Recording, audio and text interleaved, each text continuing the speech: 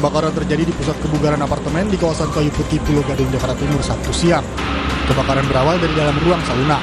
12 unit mobil dan puluhan petugas Sudin dan Kar Jakarta Timur diturunkan ke lokasi untuk memadamkan api. Api baru bisa dipadamkan 1 jam kemudian. Tidak ada korban jiwa dalam peristiwa ini. Konser band Bring Me The Horizon hari pertama di Ancol, Jakarta Utara berakhir ricuh karena dihentikan oleh penyelenggara dengan alasan ada permasalahan di panggung.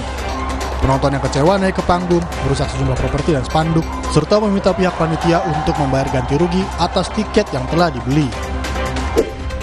Sejumlah pelajar melakukan konvoi menggunakan sepeda motor dengan menenteng sejumlah senjata tajam di wilayah Kalideres, Jakarta Barat. Khawatir rombongan pelajar akan membuat kericuhan, seorang petugas keamanan membubarkan konvoi pelajar tersebut. Namun aksi pembubaran ini justru mendapat ancaman dari para pelajar. Saat ini pelajar yang melakukan pengancaman telah ditangkap Satreskrim Polres Metro Jakarta Barat.